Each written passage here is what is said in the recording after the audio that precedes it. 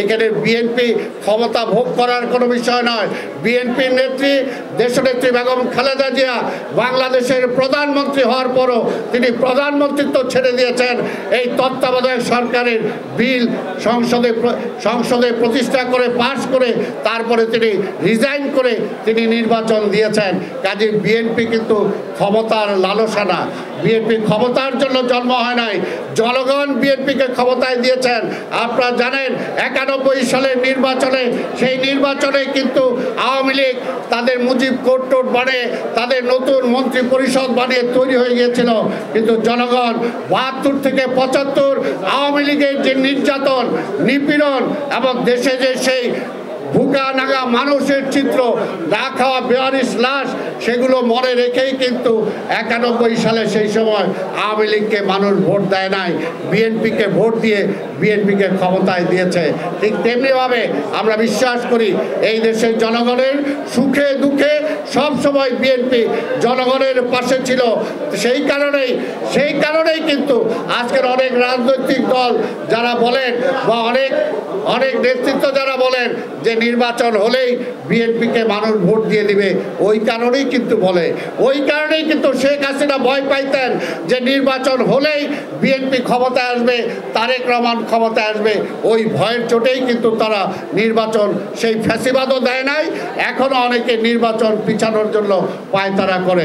আমরা জনগণের উপর নির্ভরশীল, জনগণ যাকে ভোট দিবে সেই ক্ষমতায় যাবে এবং সেই রাষ্ট্র পরিচালনা করবে।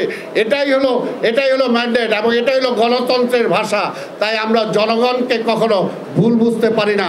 জনগণ ভুল করতে পারে, অন্তত এইটা আমরা মনে করি না জনগণ 71-এ ভুল করে নাই, 70-এ ভুল করে নাই, 90-এ ভুল করে নাই, এই 24-এ ভুল করে নাই। জনগণ কখনো ভুল করে না।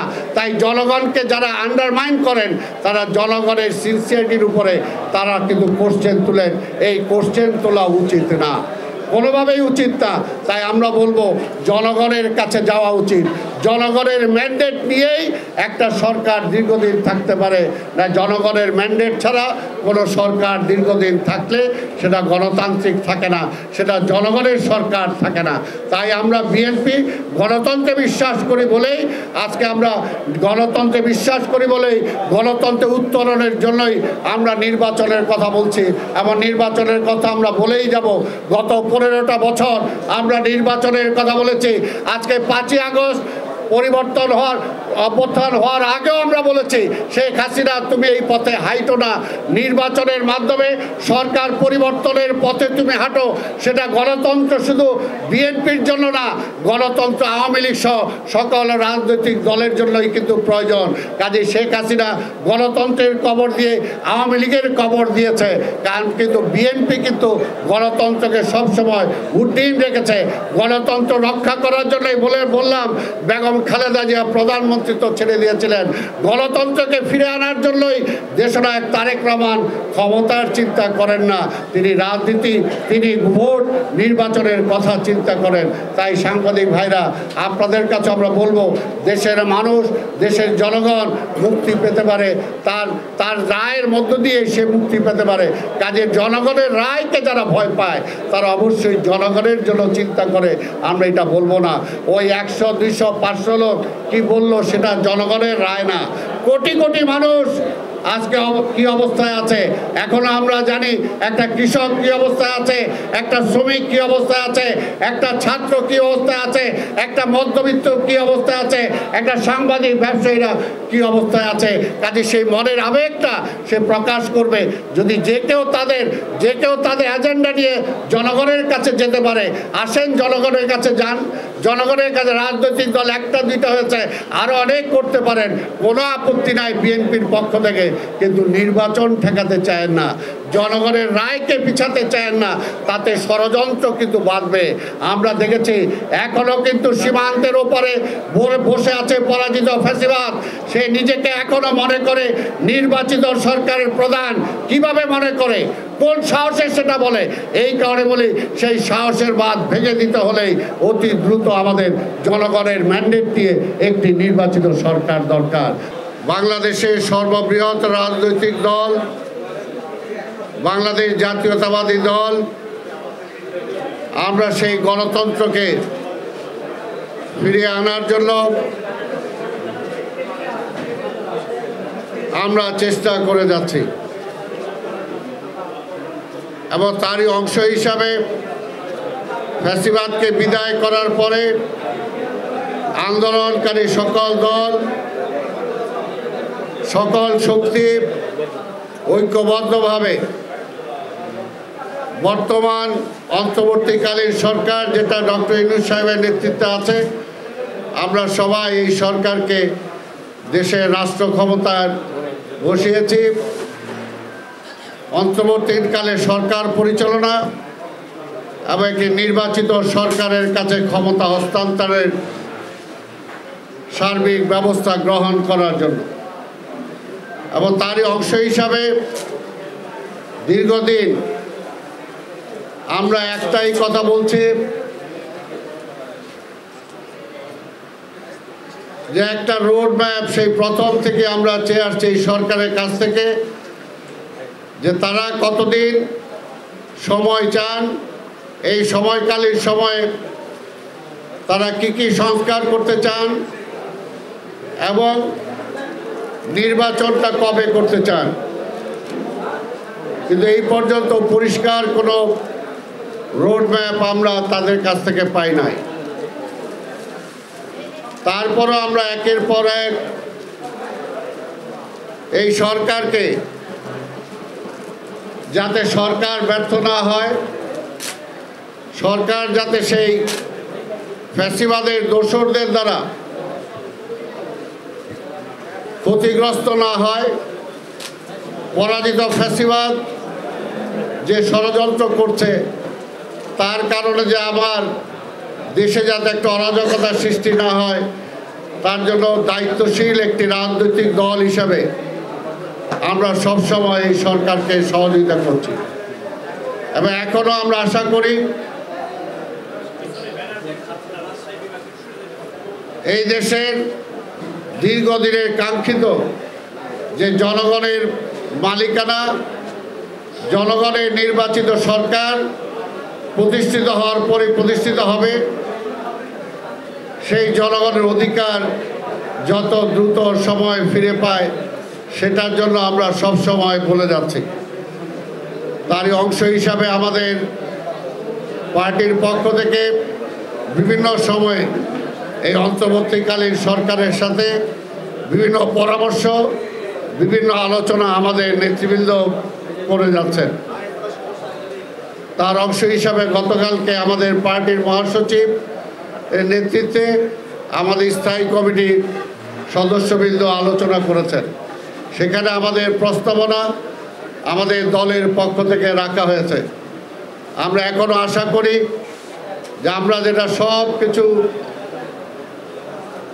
দেশের রাজনৈতিক অবস্থা, দেশের অর্থনৈতিক অবস্থা, দেশের সামাজিক অবস্থা সব কিছু বিবেচনা করে আমরা মনে করেছি যে ডিসেম্বরের মধ্যে একটি নির্বাচন এই দেশে প্রয়োজন এবং সেই কারণেই আমাদের পক্ষ থেকে সেই নির্বাচনটা কীভাবে সুস্থ করা যায়, নির্বাচনের আগে কি কি পদক্ষেপ গ্রহণ করা উচিত এই সরকারের, সেগুলো আমাদের নেতৃবৃন্দ সেখানে তুলে ধরেছেন।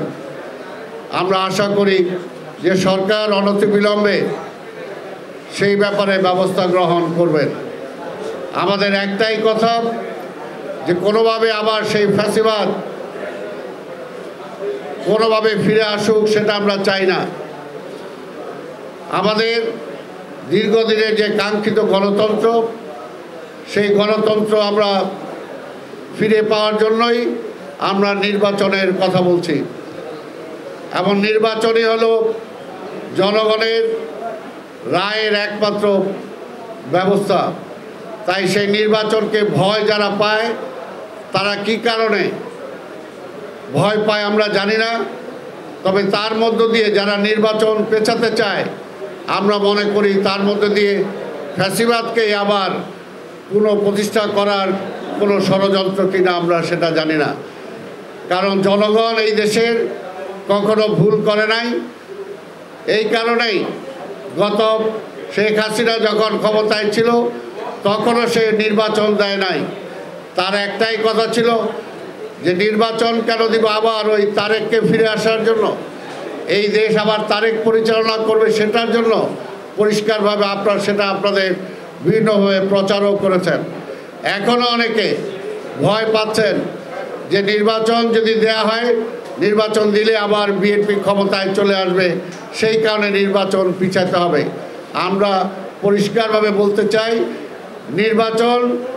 এই নির্বাচন একটি নিরপেক্ষ সরকারের অধীনে হলে জনগণ কাকে নির্বাচিত করবে সেটা জনগণের ব্যাপার।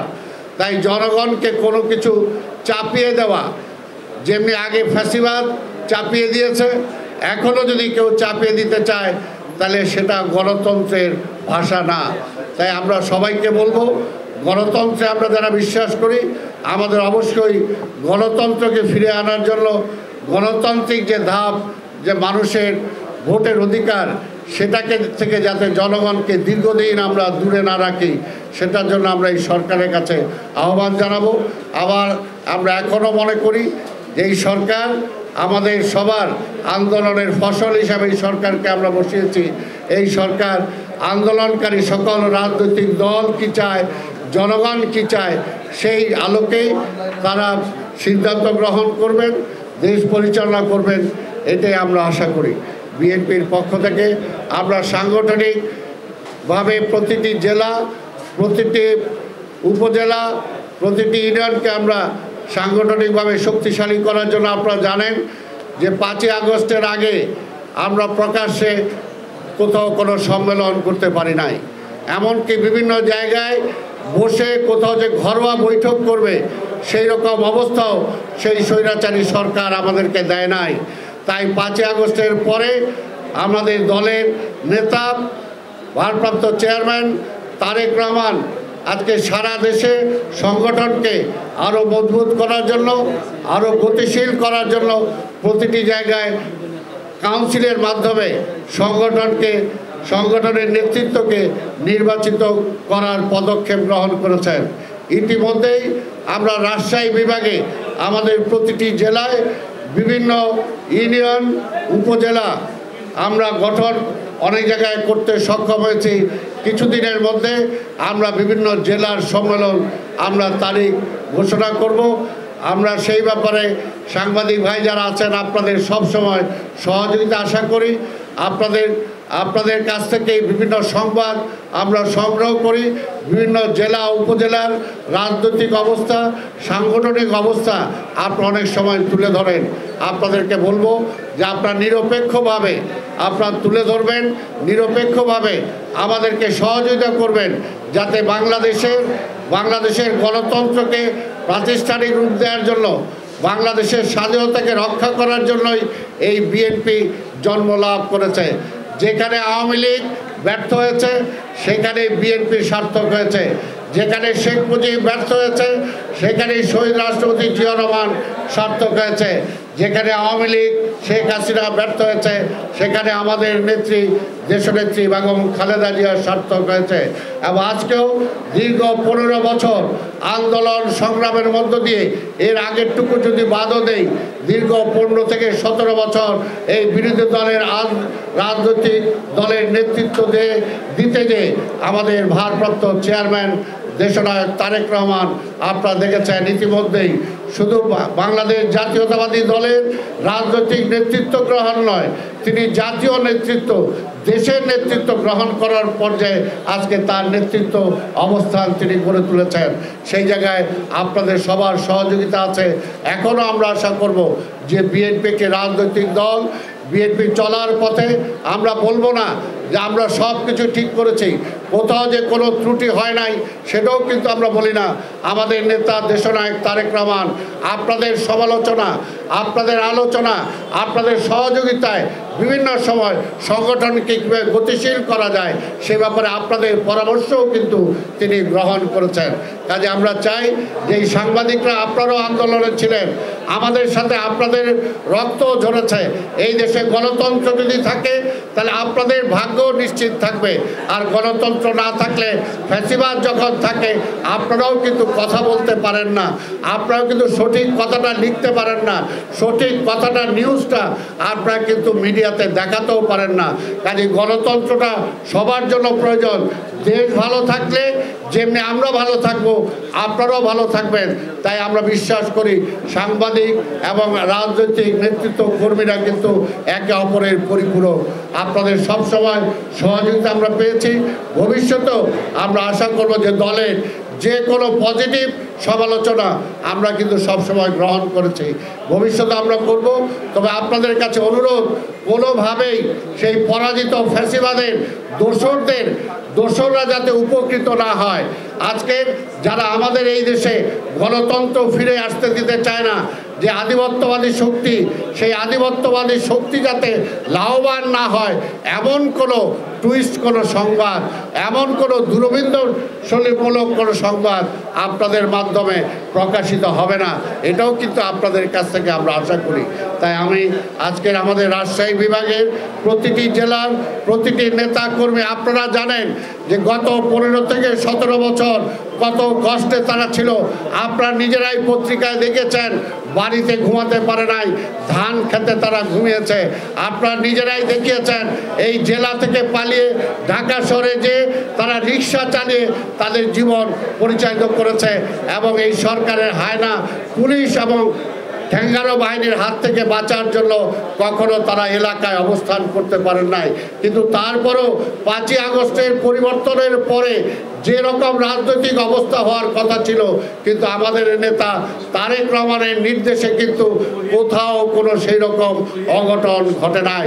আওয়ামী লীগের উপরে যে অত্যাচার, যে নিপীড়ন, যে নির্যাতন আওয়ামী লীগ আমাদের উপর করেছে, যেটা আওয়ামী লীগ আশা করেছিল যদি এই ধরনের পরিবর্তন হয় তাহলে এক রাত্রে 10 লক্ষ লোক মারা যাবে, আওয়ামী লীগের বাড়িঘরে আগুন জ্বলবে, ব্যবসা প্রতিষ্ঠানে আগুন জ্বলবে। কিন্তু আমাদের নেতা দেশনায়ক তারেক রহমানের এক নির্দেশের কারণে কিন্তু আমাদের নেতা কর্মীরা কোথাও সেই রকম কোনো উশৃঙ্খল আচরণ করে নাই। তাই আপনাদের এই বিষয়গুলো আমাদের ভেবে দেখতে হবে। আমাদের যারা শহীদ হয়েছে, আমাদের যারা গুম হয়েছে, তাদের কিন্তু এখনো আমরা ফিরে পাই নাই। আমরা কিন্তু তাদেরই ভাই বোন, আমাদের মারা কিন্তু এখনো কাঁদছে, সেই হাহাকার কিন্তু এখনো আমাদের বুকে বাজছে। কাজে বিএনপির এই দীর্ঘ 15 থেকে 17 বছরের যে রক্তক্ষয়, আমাদের যে ঘাম, আমাদের যে নিরলস জেল জুলুম অত্যাচার, সেই বিষয়গুলো নিশ্চয়ই আপনারা সবাই জানেন। কাজে যখনই যে কোনো বিষয় আপনারা তুলে ধরবেন, আমরা আশা করি আপনাদের বিবেকের কাছে সেই সময়টুকুও কিন্তু আপনারা বিবেচনা করবেন যে আমরা সেই সময়টুকু আমাদের নেতা কর্মীরা কিভাবে কাটিয়েছে, আপনারাই কিন্তু সেটার সাক্ষী। কাজে আমরা বিশ্বাস করি আজকে সাংবাদিক হলো এই সমাজের দর্পণ, আপনাদের লেখায় এবং আপনাদের ছবিতে কিন্তু সেই ইতিহাস আজকে ভেসে উঠবে।